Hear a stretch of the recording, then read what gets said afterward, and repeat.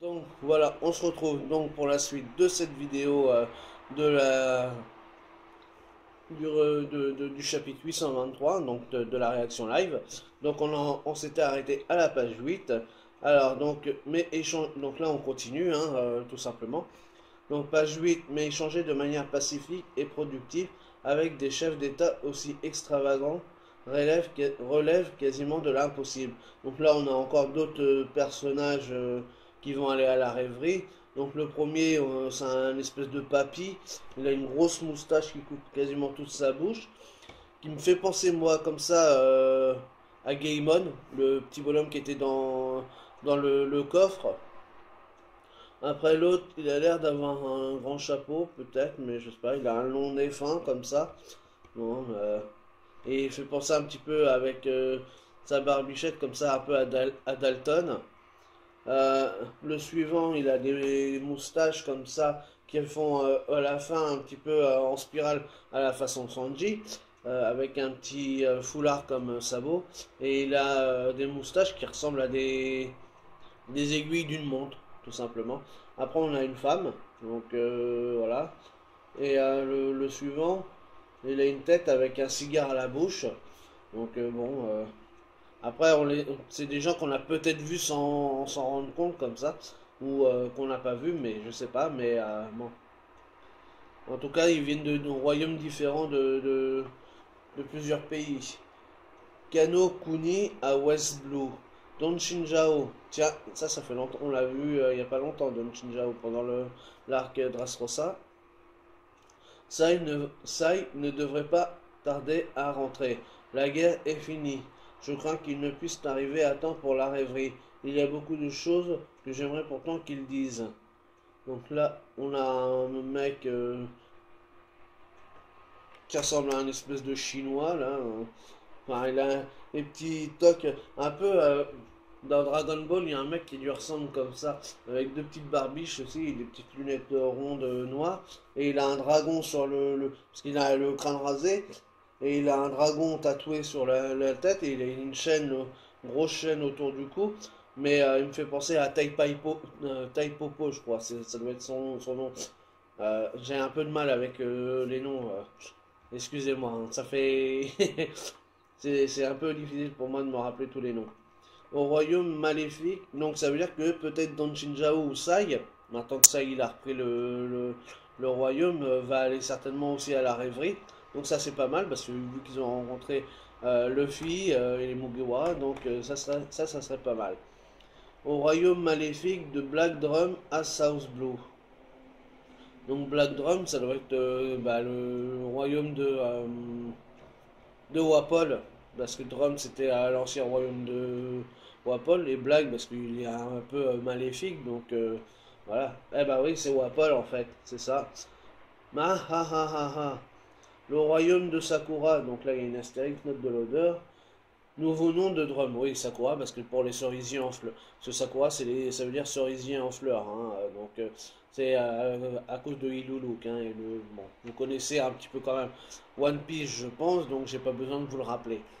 Le royaume d'Asakura, quel abruti ce Dalton. Donc oui, parce que maintenant le royaume de Sakura est dirigé par Dalton, donc du coup les deux vont se retrouver certainement à la rêverie, donc ça pourrait clasher entre les deux. Comment vais-je m'y prendre pour les annihiler? Donc là, on a donc Wapol, hein, donc au royaume du Black Wapol, Black Drum. Donc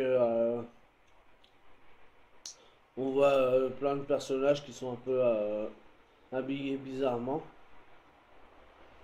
Donc bon, mais il n'y a pas de truc spécial. Lui, il a une espèce de toque là, mais bon.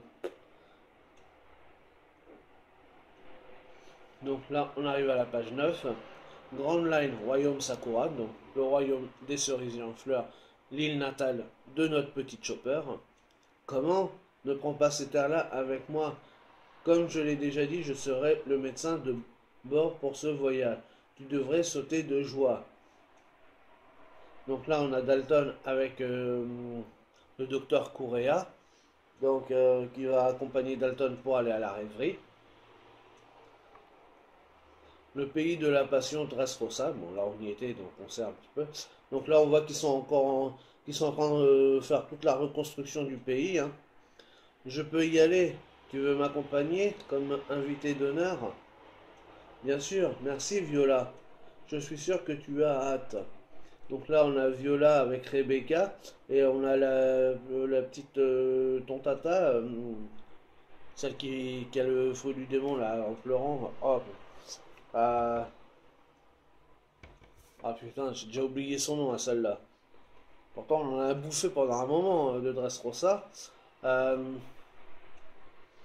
oh, bon, bah, je me rappelle plus le nom, mais je croyais que ça allait revenir, mais non. Celle qui est amoureuse de Léo, là, la petite. Oh là là, c'est pas possible. C'est dingue, les trous de mémoire. Royaume de Prodence. Roi Riku, j'ai refusé la présence du navire d'escorte. Allons-y ensemble à la terre sacrée. Tout le monde se comporte comme s'il partait en vacances. Qu'y a-t-il de mal à ça? C'est le but même d'un festival. Donc là, on a le royaume de Prodence. Donc ça fait des rires parce que le toit du royaume, ça fait un bonhomme qui a les poings comme ça et tout, à la façon de son King Punch, hein, de Elisabello II. Hein. Ouais, j'ai réussi à me rappeler de son nom à lui. Euh, non, mais c'est dingue. Et donc, ils sont en train de converser entre Riku et Elisabello II, et donc pour qu'ils y aillent ensemble à la rêverie. Donc, il va y avoir quand même pas mal de personnages qu'on a déjà vus. Oh, on a Shirahoshi.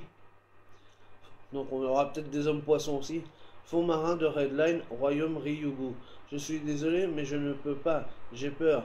Luffy m'a promis. Princesse du Royaume Ryugu, princesse Shirahoshi. Il m'a dit que la prochaine fois qu'on se reverrait, il m'emmènerait visiter une vraie forêt à la surface. Bien entendu, je suis sûr que Luffy pourra nous amener visiter bien d'autres choses également. Mais cette fois, notre itinéraire est déjà tout tracé. Nous n'avons qu'à flotter jusqu'à la surface. Vos frères et l'armée de Neptune vont vous accompagner. Mais ça n'ira pas du tout. Père, si nous laissions Shirahoshi de côté pour cette fois. Oui, nous avons déjà plein de signatures pour la pétition pour la relocalisation de l'île, Mambo. Si elle ne nous accompagne pas, on pourrait croire que nous ne faisons pas confiance aux humains. Ça serait problématique. Donc là, on a Mamboshi, le roi de... Donc un des princes du royaume, hein, le roi du royaume Ryugu Neptune, et Fukaboshi aussi, donc et Mambo Ryuboshi. Shirahoshi, qu'as-tu appris des chapeaux de paille? Ce rendez-vous était le plus grand rêve de notre mère, la reine Otohime. Allons-y tous ensemble. Donc là, on va avoir les hommes poissons aussi qui vont aller à la rêverie. Donc ça, c'était sur une double page. Franchement, elle est magnifique, la page. Donc voilà. Donc, ça, c'était la page 11. Donc là, on arrive à la page 11. Quelque part ailleurs du côté de Luffy. Donc là, on reprend notre cours le cours normal entre guillemets de nos aventures avec Luffy, donc qui était parti de Zou pour aller vers Whole Cake Island pour aller récupérer Sanji. Donc on va voir qu'est-ce qui va se passer. Est-ce qu'ils vont avoir des problèmes sur la mer? Tatatin, suspense. Quelque part ailleurs du côté de Luffy. Un peu plus à tribord, ok. C'est bon? Ah, encore un peu. Hey, hey, hey. Ils ont l'air pas bien, les gars. À croire qu'ils n'ont jamais navigué ou quoi? C'est bizarre. Hein. Reprenez vos esprits. Je veux voir de la bonne humeur. Nous allons couler à ce rythme. Silence, on est tous sous... Excusez-moi, on va reprendre. Silence, on est tous encore sous le choc à cause de toi. Je ne pensais pas qu'on sauterait de Zou. Merci pour ça d'ailleurs, je suis heureux d'être encore en vie. Et sois sûr que je m'en souviendrai, Luffy. Bon, ça va, ils sont tous vivants.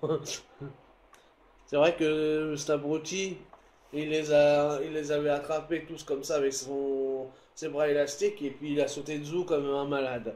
Bon, ça va, ils ont réussi à atterrir sur le Sunny. Donc là, ils voyagent sur le Sunny. Hein. Donc ils sont encore sous le choc. Donc là, on voit que sur son t-shirt, elle a un 73. Donc je sais toujours pas ce que ça veut dire, ce que ça signifie. Donc là, on a Brooke qui a toujours son âme qui est sortie de sa bouche. Et on a Pedro qui est au bord du bateau, comme s'il était en train de vomir et tout. Apparemment, il ne doit pas trop bien se sentir en mer. Là, on arrive à la page 12. Pff, nous avons un peu dérivé encore, un peu plus vers bâbord. Okidoki, je m'en charge. Vous voyez, faites comme elle est super contente. Waouh, on flotte sur l'eau. Qui aurait pu penser qu'un navire aussi lourd pourrait flotter? Tribu des Minx, membre de l'escouade des mousquetaires Carotte. Quoi? Mais qu'est-ce que tu fais ici? Carotte, Carotte, mais pourquoi? Donc ça, on s'en sera un petit peu. Alors, en plus, elle a un t-shirt où il y a écrit Rabbit. Rabbit en anglais, ça veut dire lapin. Et comme carotte, c'est une lapine. C'est tout trouvé. Bien vu, Oda. Oui, mais ça, on s'en serait douté qu'elle allait être là. Parce que si vous vous souvenez que dans le chapitre 821, si je ne m'abuse, dans la page de couverture, sur le tableau qu'on voit, euh, on voyait que Carotte était présente avec Pedro. Donc on s'en doutait un petit peu qu'elle allait réussir à se cacher, à s'infiltrer pour faire partie de l'aventure et pour aller sauver Sanji. Donc ça, c'est pas une très très grosse surprise en soi. Mais eux, ils ont l'air d'être surpris, ça c'est sûr. Mais fallait s'en douter de toute façon.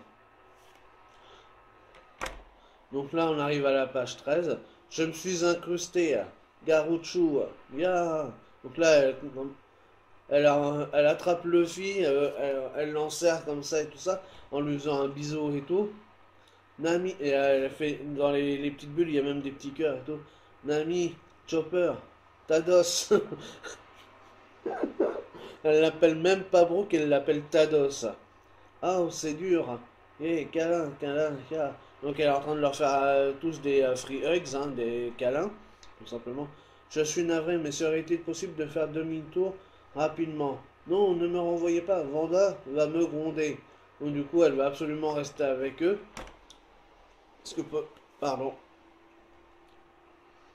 Pedro, il veut la renvoyer sur Zoo, mais elle va rester avec eux. Tu essayes de causer des problèmes à nos sauveurs, Carotte? Je voulais vraiment, vraiment partir en mer pour une aventure, juste une fois. Nous allons infiltrer la forteresse d'Anyonkou, ce n'est pas un jeu. Donc là, elle est à genoux devant Pedro, en train, toute tremblante et tout, en train de s'excuser et tout. Mais elle veut faire absolument partie de cette aventure et tout. S'il vous plaît, je ferai n'importe quoi, laissez-moi vous accompagner. Regardez, pour vous montrer que je ne serai pas un fardeau, je vous ai apporté des provisions. Un, un bento aux carottes, bien sûr, pour une lapine, c'est logique, du jus de carotte et un dessert, et en dessert, une carotte, et des vêtements de rechange. Donc pour une lapine, c'est normal qu'elle aime la carotte. Bon.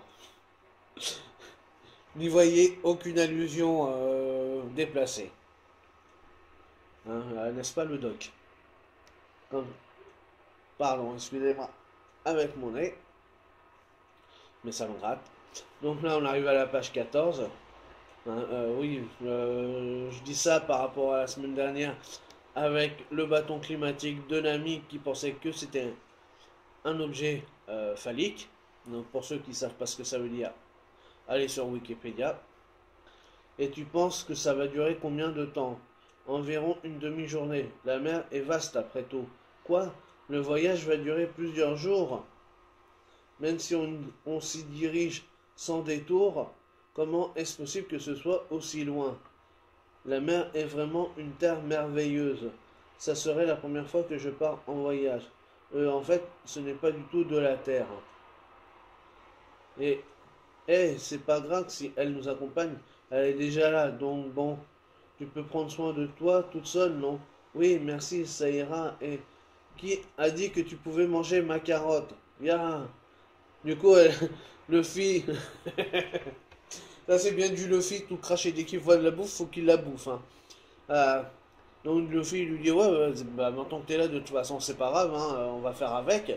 Et comme du coup elle avait laissé un peu partout sur le bateau les carottes, et bah du coup Luffy s'est empressé de ramasser et de la bouffer, mais ça appelait pas à Carotte de manger ses carottes. Donc du coup elle est en train de lui mettre un gros coup de boule dans la gueule à Luffy. Donc là, on arrive à la page 15. Ma gorge, Luffy caresse lui la tête. Donc là, on voit Luffy qui est en train de lui caresser la tête comme ça. Hé, hé, hé. Et du coup, ça, on voit Carotte qui a tout devient toute rouge et tout au niveau des joues et tout. Donc, bah, comme un lapin, hein, elle a vraiment le comportement d'un lapin. Voilà, c'était pas loin, elle a failli m'avoir. T'es plutôt timbré, je dois bien le reconnaître. Ok, excusez-moi. Ok, je suppose que tu peux avoir ma carotte. Elle a failli avoir Luffy. Luffy, il est à terre. Il s'est fait défoncer la gueule par la petite Minx. Elle a l'air quand même super badass, hein. Même déjà Luffy, si on touche à sa carotte, elle était en train de lui manger la gorge quand même. Euh, Elle est chaude, la petite. Bon. J'y peux rien, hein. Franchement. Voilà. Enfin bref. Euh, Et donc, du coup, c'est Chopper, il a halluciné de voir que Carotte a failli bouffer Luffy. Pour être honnête, elle est plus forte que la plupart d'entre vous. Voilà. Quand est-ce... Ça, c'est Pedro qui est... Non, Pedro, il est tout en haut du bateau, hein, sur le haut du mât. Quand est-ce que Pedro est monté là-haut? Donc Pedro aussi, il est quand même badass parce qu'il arrive à se percher et bah, comme on l'avait vu, Pedro décime, hein, donc sur Zoo, il était toujours en haut des arbres et tout, et de façon super discrète. C'est que le mec, il arrive à monter et à se faire discret sans que personne le remarque. Lui aussi, ça risque d'être un très bon atout pour la récupération de Sanji sur Whole Cake Island. Munch, munch, schmalo. Je meurs de faim. Mangeons donc quelque chose. Que quelqu'un prépare un festin. Bon sang, vous êtes énervant. Montrez bien, je m'en charge. Occupe-toi de regarder la mer à ma place. Oh oh. Donc Nami elle dit bon bah vas-y c'est bon je vais m'en occuper. Ça fera 5000 berries chacun. Attends, attends, attends. Donc ça c'est bien d'une amie tout craché, c'est que elle veut bien faire la bouffe, mais faut raquer. Oh, donc là on a un Martin Facteur qui arrive. Donc c'est Pedro qui récupère le journal. C'est pratiquement tout mon argent de poche. Qu'est-ce qu'on va faire alors? C'est un titre sacrément intéressant, dis donc. Je vais préparer à manger. Quoi? Un endroit caché depuis des milliers d'années a récemment été découvert. Oh. Le quartier général de l'armée révolutionnaire, Baltigo est en ruine. Oh putain. Allez, j'ai des frissons rien que de l'avoir dit là. Oh putain. Le monde tremble sur ses fondations. Il n'y a pas écrit qu'il y a pas de pause la semaine prochaine. Donc là, oh putain. Oh putain. Bon après, les journaux, c'est toujours pareil. Vu que c'est en plus on voit un logo du gouvernement mondial sur le journal, donc en général on sait très bien que le gouvernement mondial il maquille les faits à leur sauce. Donc reste à savoir ce qui s'est passé. Mais étant donné que on avait vu que sur l'île de Baltigo, quand Sabo est rentré avec les révolutionnaires que sont Hack, bah, Koala aussi, et l'homme corbeau là, enfin, les espèces de corbeaux, est-ce que c'est un mec qui a un fruit du démon du corbeau ou un truc comme ça? Enfin bref, et les autres personnes du groupe de révolutionnaires qui étaient là, parce qu'il y en avait aussi qui étaient là déjà avant, qui avaient peut-être été transformés en jouets. Donc avec tout cela, et on sait qu'en même temps, il y avait donc l'autre abruti de Jesus Burgess qui était là, donc et qui avait informé la flotte de Barbe Noire. Donc il y avait Lafitte, il y avait Chilio de la Pluie, et il y avait peut-être d'autres aussi, je ne me rappelle plus, mais je sais qu'il y avait au moins ces deux-là.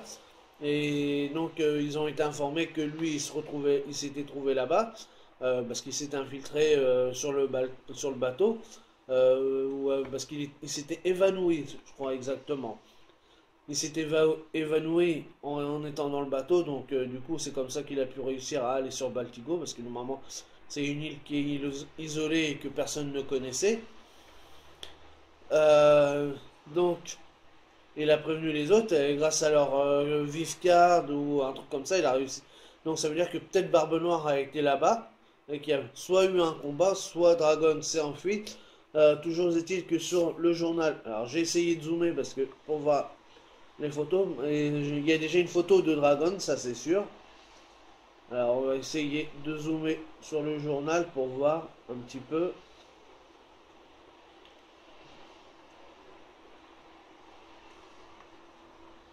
Alors, donc là on voit vraiment la Baltigo qui a l'air vraiment en feu, en flamme.